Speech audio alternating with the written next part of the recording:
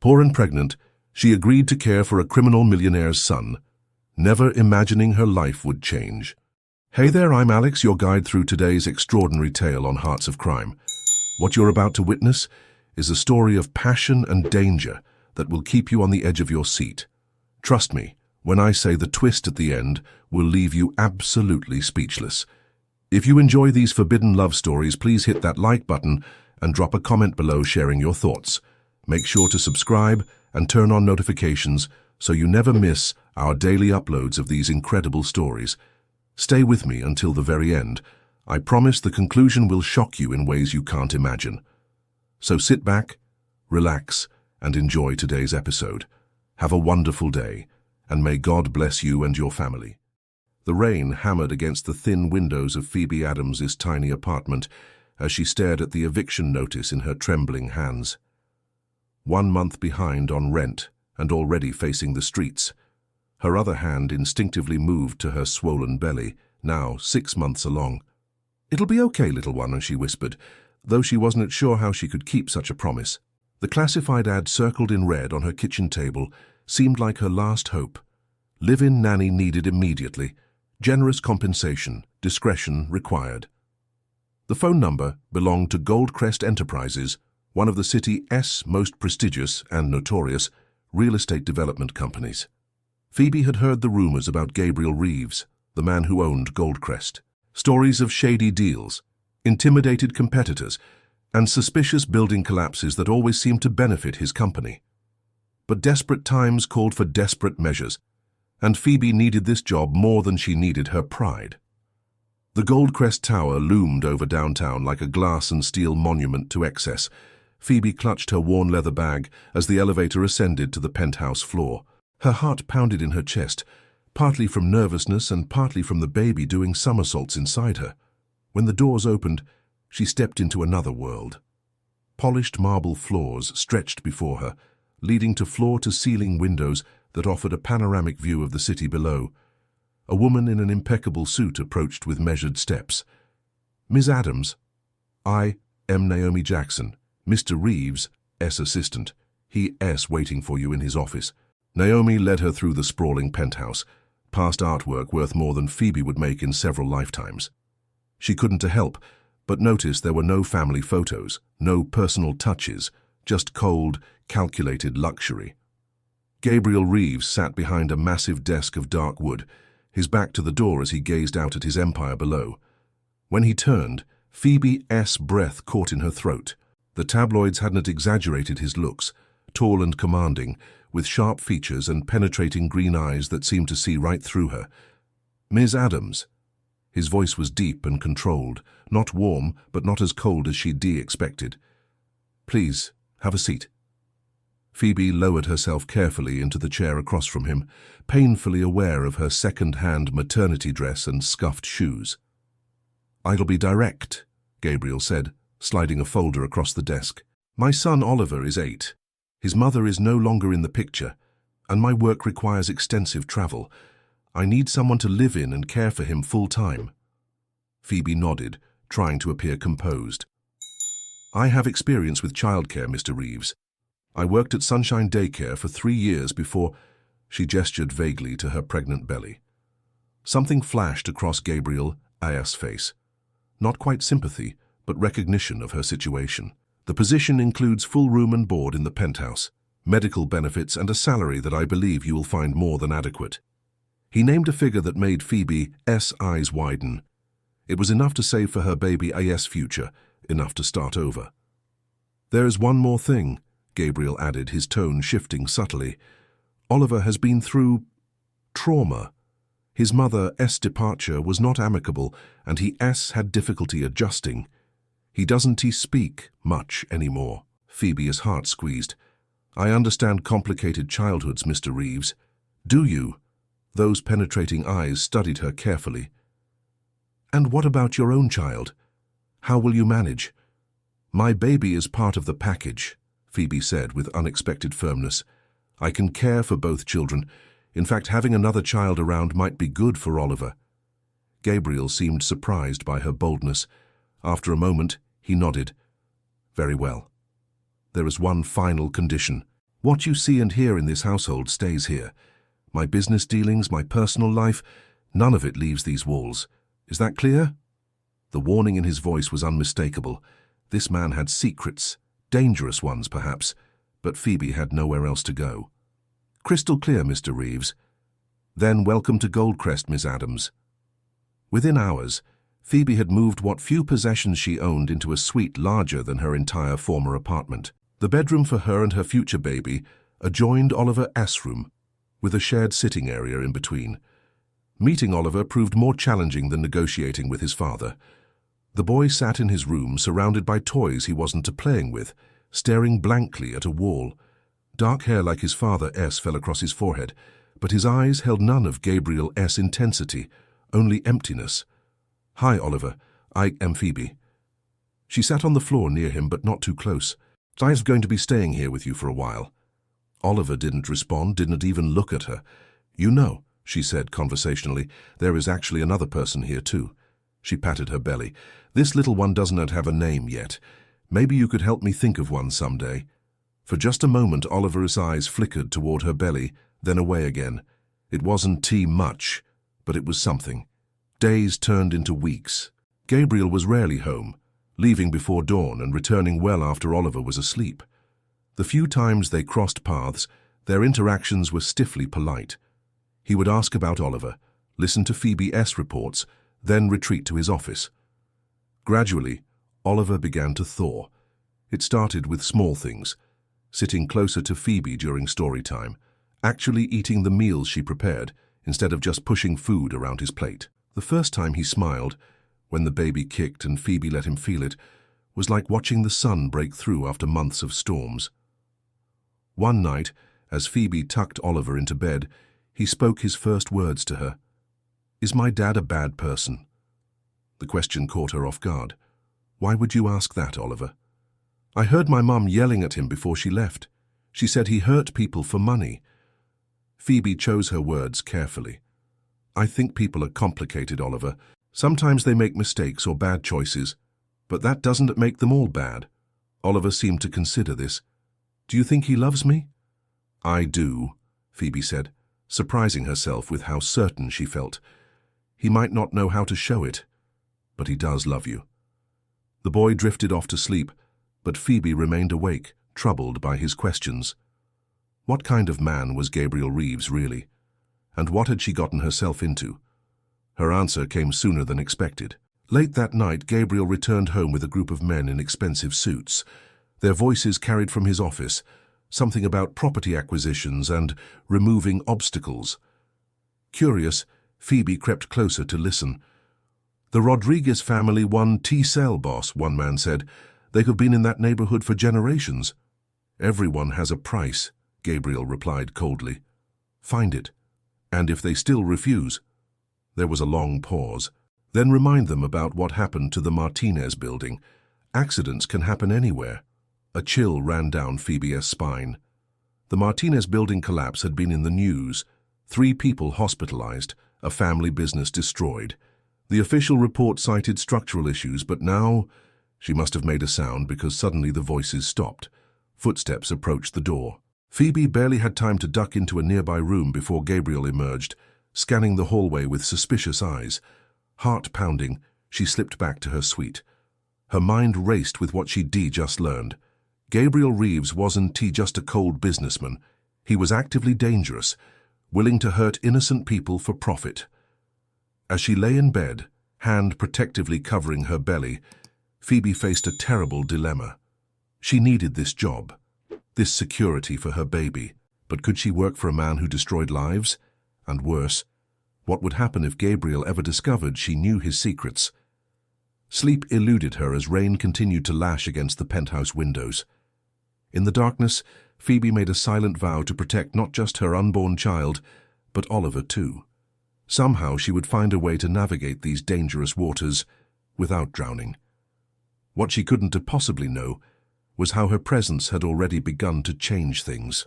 In his office, Gabriel sat alone long after his associates had left, staring at a photograph hidden in his desk drawer, the only family photo in the entire penthouse. It showed a younger version of himself, with a woman and a newborn Oliver, all smiling, before everything had gone wrong, before he'd chosen power over people. For the first time in years, Gabriel Reeves wondered if he'd made the right choice.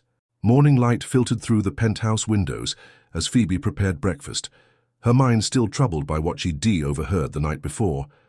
Oliver sat at the kitchen island, quietly watching her move around the space. He'd started following her like a shadow lately, as if afraid she might disappear like his mother had. "Can I feel the baby again?" he asked softly. Phoebe smiled, guiding his small hand to the spot where her child was most active. "Feel that? That's a kick. I think the little one likes you." Oliver E.'s face lit up with a rare smile. Ivy never had a brother or sister. "Well, you'll be like a big brother to this baby," Phoebe said, tousling his hair. "That's a very important job." The elevator chimed, announcing Gabriel's return. This was unusual. He rarely came home during daylight hours. When he stepped into the kitchen, Phoebe noticed immediately that something was wrong. His normally impeccable appearance was disheveled, his face tight with tension. "Oliver, go to your room for a bit," he said, his voice strained but gentle. "I need to speak with Miss Adams." Once Oliver had reluctantly left, Gabriel turned to Phoebe. "There was an incident at one of my construction sites. A wall collapsed. No one was seriously hurt, but the media is circling." Phoebe's stomach clenched. Was this another accident, like the Martinez building? "I need to leave town for a few days," Gabriel continued. "Business partners in Europe need reassurance that this won't affect our deals." "Of course," Phoebe nodded, keeping her expression neutral. "Oliver and I will be fine." Gabriel hesitated, looking uncharacteristically uncertain. "There may be reporters trying to reach the penthouse. Don't hardly speak to anyone. Naomi will handle any calls or deliveries." "Mr. Reeves," Phoebe said carefully, "is there something I should be concerned about? For Oliver's sake." His green eyes narrowed slightly. "What exactly are you asking, Miss Adams?" Phoebe took a deep breath. "I care about Oliver. If there is any danger—" "The only danger," Gabriel cut in, "would be from you failing to follow my instructions." His voice had turned to ice. "Remember our agreement about discretion?" After he left, Phoebe stood motionless in the kitchen, one hand protectively covering her belly. The unspoken threat hung in the air. Gabriel Reeves was reminding her just how powerless she was, how dependent on his goodwill. Later that afternoon, while Oliver napped, Phoebe risked using the tablet Gabriel had provided for Oliver's schoolwork to search for news about the construction accident. The headlines painted a disturbing picture. Second Goldcrest building failure raises questions. Workers claim safety warnings ignored. Investigation into Reeves' empire expands. One article mentioned a whistleblower, a former Goldcrest employee claiming that Gabriel routinely cut corners on safety to maximize profits. The whistleblower remained anonymous, citing fear for their safety. A soft noise made Phoebe jump. Oliver stood in the doorway, rubbing sleep from his eyes. "Is my dad in trouble?" he asked. Phoebe quickly closed the browser. "No, sweetie, he is just busy with work." The lie tasted bitter on her tongue. That night, after tucking Oliver in, Phoebe was startled by a knock at the penthouse door. Gabriel had strict instructions about not allowing anyone up without clearance from security. She checked the security monitor and saw a woman she didn't recognize, professionally dressed, with a determined expression. Against her better judgment, Phoebe opened the door a crack, security chain still in place. "Can I help you?" "My name is reporter Rachel Lane," the woman said quietly, showing a press badge. "I come investigating Gabriel Reeves and Goldcrest Enterprises. I have reason to believe you might have information that could help prevent more people from getting hurt." Phoebe's heart raced. "I am just the nanny. I don't know anything about Mr. Reeves' business."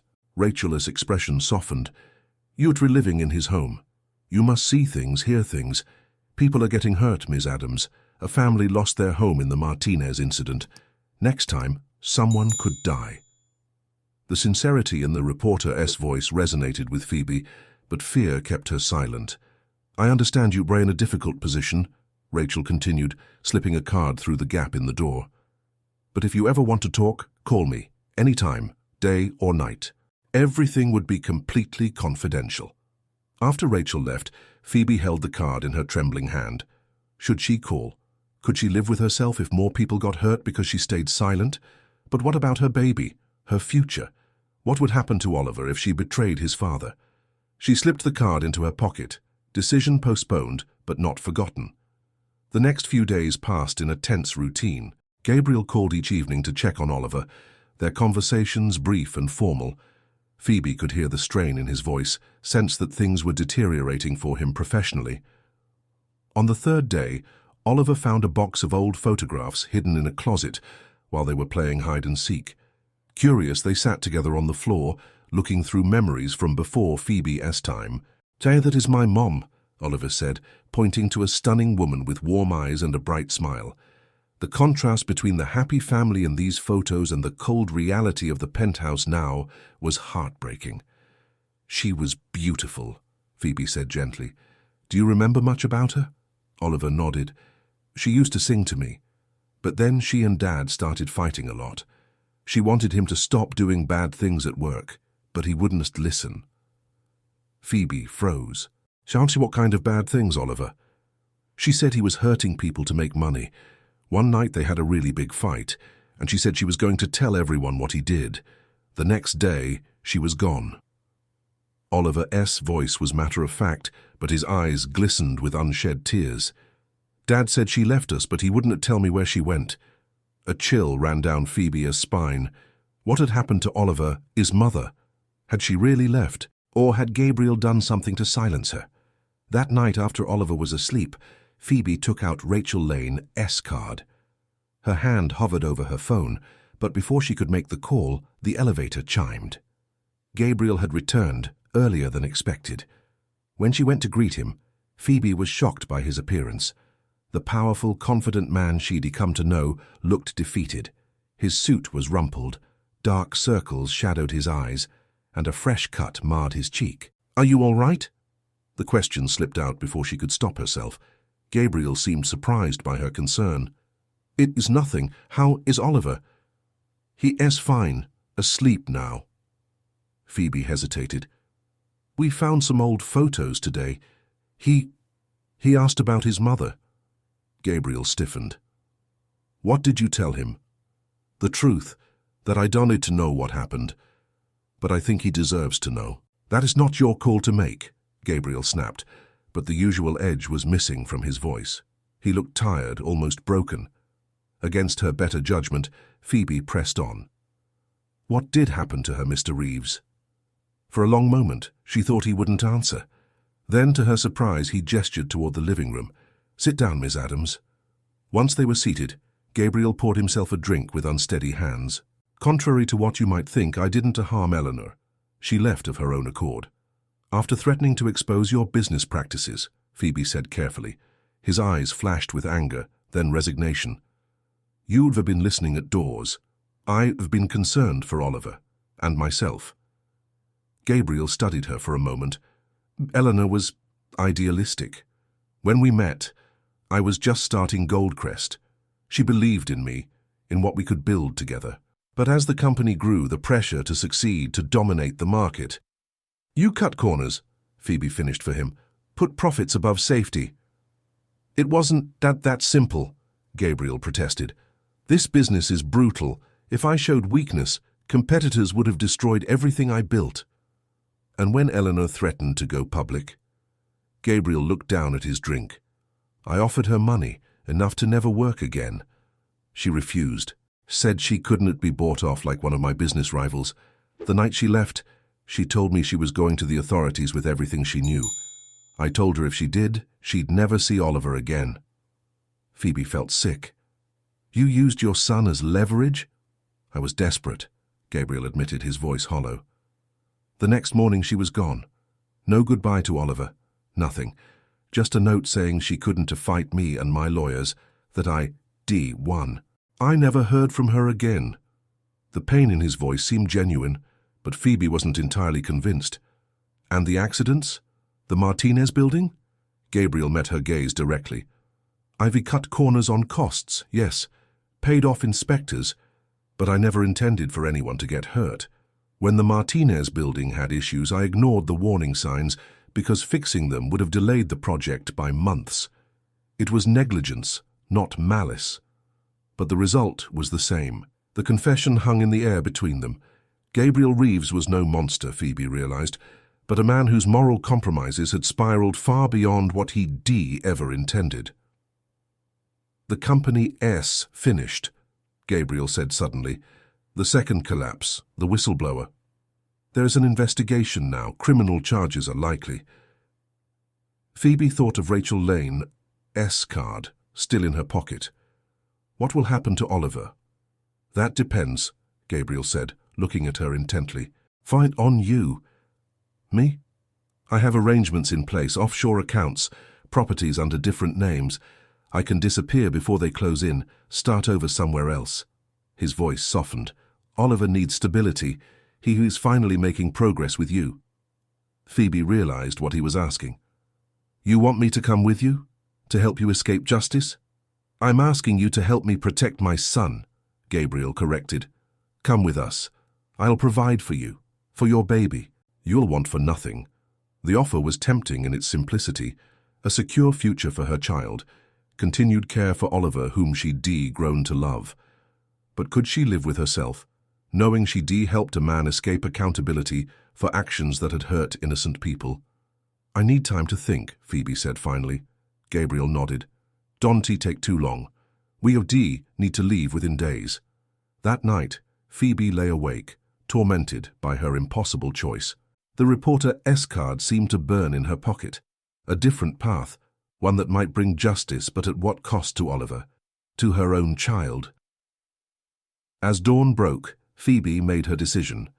With trembling fingers, she dialed Rachel Lane, S number. I have information about Gabriel Reeves she said when the reporter answered, but I have conditions.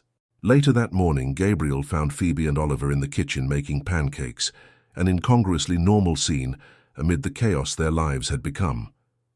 Mr. Reeves, Phoebe said calmly, could we speak privately? In his office, Phoebe faced him squarely. I've made my decision. I want to go with you.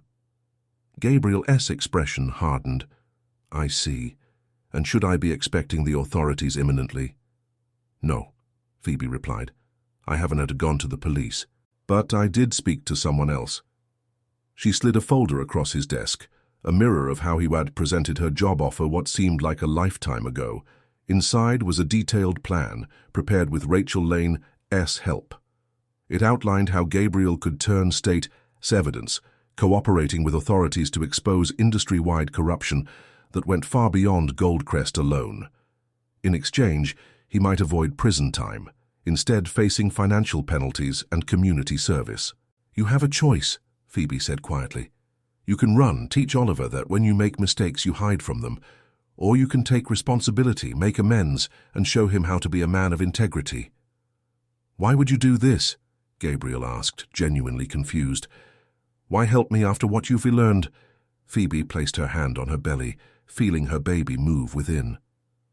Because everyone deserves a chance at redemption, because Oliver needs his father, and because I believe you want to be better than you've been. Gabriel stared at the folder for a long time. When he finally looked up, something had changed in his eyes, a weight lifted, a decision made. What about you and your baby? He asked. Where will you go?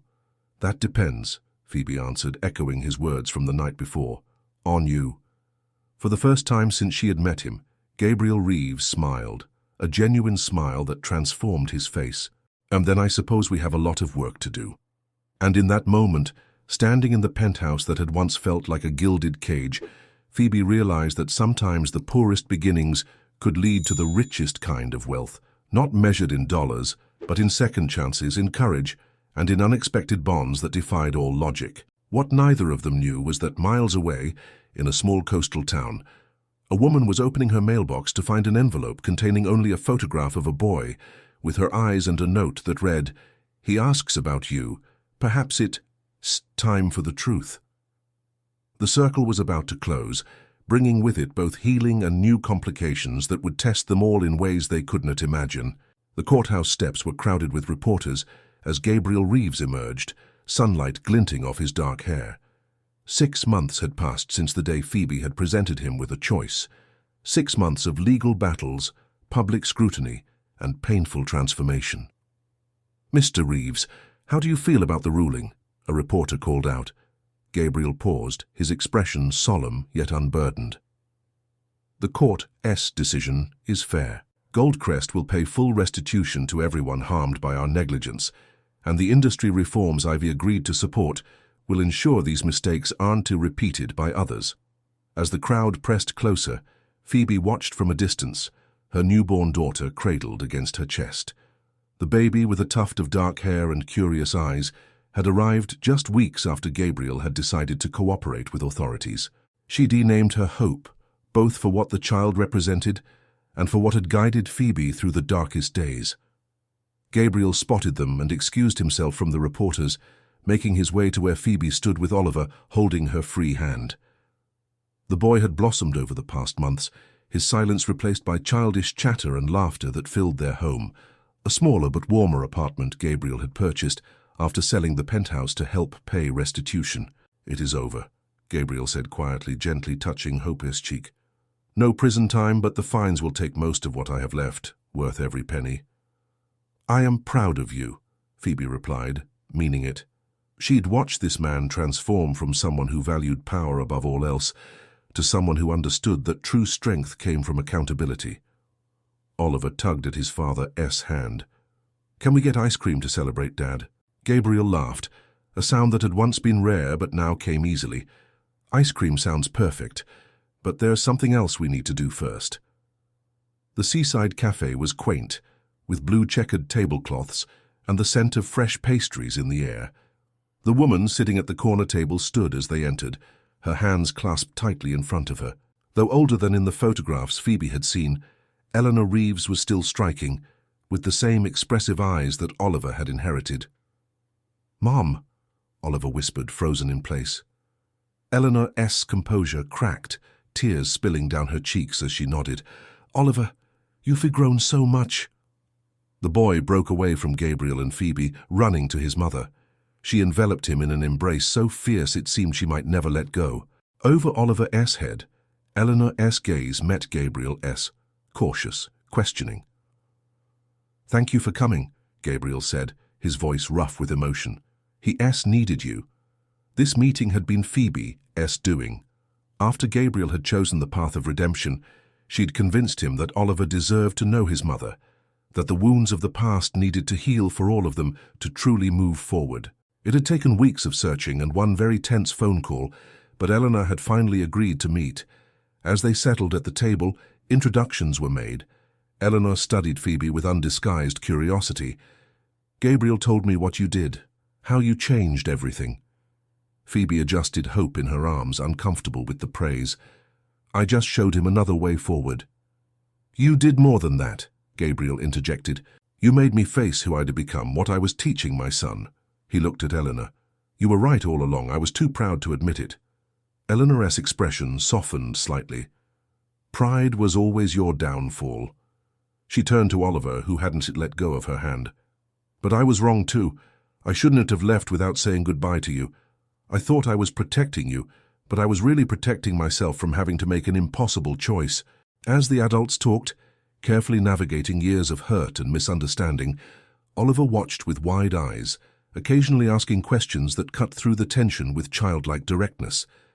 By the time they finished their ice cream, something fragile had been established, not forgiveness exactly, but a foundation for it. "I've moved back to the city," Eleanor said as they prepared to leave.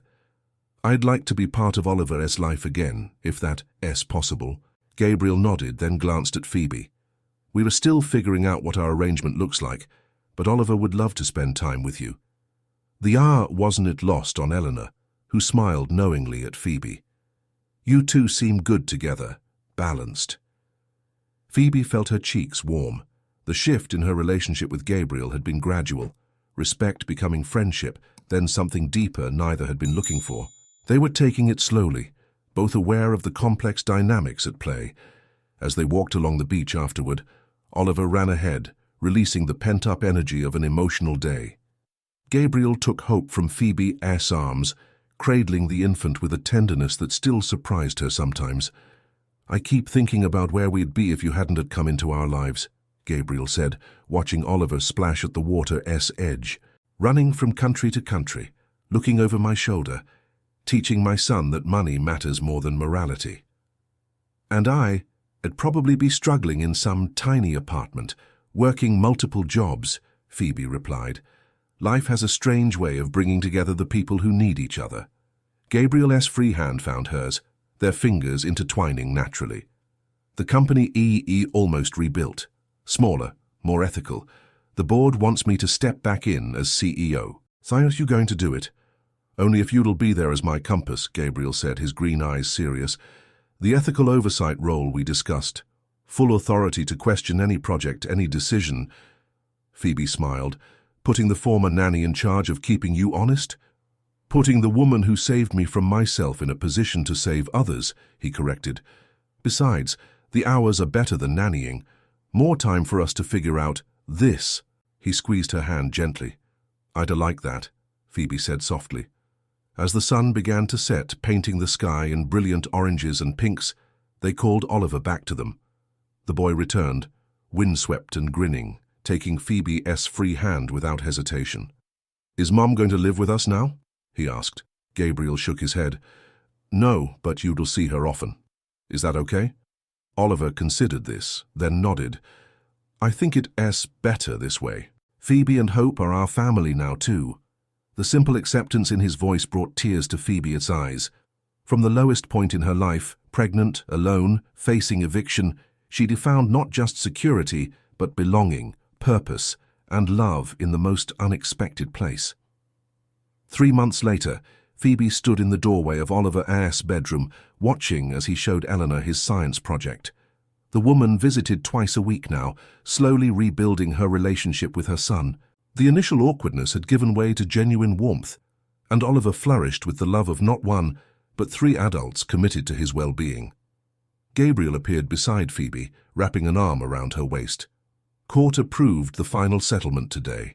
Every family affected will receive compensation." "That is wonderful," Phoebe said, leaning into him. "There is something else," Gabriel continued, leading her to the living room where Hope was napping in her bassinet. "Does the Ethics Oversight Committee you'd have established at Goldcrest has been so successful that 2 other development companies want to implement the same model. You're rechanging the entire industry." Phoebe laughed softly. "Not bad for someone who applied to be a nanny." "You were never just a nanny," Gabriel said, brushing a strand of hair from her face. "You were exactly what Oliver and I needed, exactly when we needed it most." From the nursery, Hope began to fuss. Gabriel moved to get her, returning with the baby nestled against his chest, her tiny hand clutching his finger. The sight still made Phoebe's heart swell. "I have a question for you," Gabriel said, suddenly serious. "It's about our living arrangements." "What about them?" Phoebe asked, puzzled. Gabriel smiled, that rare, genuine smile that transformed his entire face. "I was thinking it might be time to make them permanent." From his pocket he produced a small velvet box. "Not because it's convenient or because of the children, but because I can't imagine my life without you in it." Phoebe's breath caught as he opened the box to reveal a ring, not ostentatiously large as she might once have expected from him, but elegant and thoughtfully chosen. "I'm not the man I was when you met me," Gabriel said softly. "Thank God for that. But whoever I am now, whatever good I've managed to become, is because you believed it was possible. Will you marry me, Phoebe?" Tears blurred her vision as she nodded. "Yes, yes, I will." As they embraced, Hope between them, Oliver and Eleanor appeared in the doorway. The boy took in the scene and broke into a wide grin. "Did she say yes?" he asked excitedly. "Did she say she'll be my real mum too?" Gabriel beckoned him over. "She did. Come here, buddy."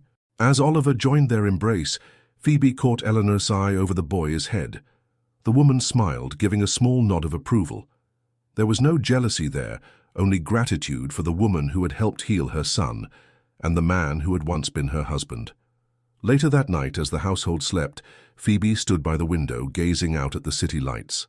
So much had changed in such a short time. The road ahead wouldn't be easy. Gabriel still had amends to make, a company to rebuild ethically, and they all had relationships to navigate. But for the first time, Phoebe felt truly secure, not because of wealth or position, but because of the bonds they forged. She thought back to the rain-drenched day when she declutched an eviction notice, certain her life was falling apart. How could she have known then that her greatest challenge would become her greatest blessing? That in caring for a stranger as child she would find her own family? That in facing down corruption she would discover the power of redemption? Hope stirred in her crib, and Phoebe went to her, lifting the baby into her arms. "We found our way, little one," she whispered. "Not the way I expected, but exactly the way we needed." From down the hall came the sound of Gabriel's footsteps. He appeared in the doorway, hair tousled from sleep, eyes soft as he watched them. "Everything okay?" he asked quietly. Phoebe nodded, a smile spreading across her face. "Everything is perfect." And in that moment, holding her daughter while the man she loved watched over them, Phoebe knew it was true. Their story hadn't begun like a fairy tale. A pregnant housekeeper and a corrupt businessman were hardly traditional heroes, but perhaps that made their happiness all the more precious. They had fought for it, chosen it deliberately, built it from the ruins of what came before. As Gabriel crossed the room to join them, Phoebe realized that the most beautiful love stories weren't about perfect people finding each other. They were about flawed, struggling people choosing each other day after day, helping each other become better versions of themselves. And that was a story worth living. Wow, I told you that ending would be unexpected. If you enjoyed this story, please give this video a thumbs up and share your reactions in the comments. Don't forget to subscribe to Hearts of Crime for more captivating stories, just like this one every single day. Click on the video appearing on your screen right now for another incredible tale of love in the criminal underworld. Thank you for watching until the end. May God bless you and your family, and I'll see you in the next video.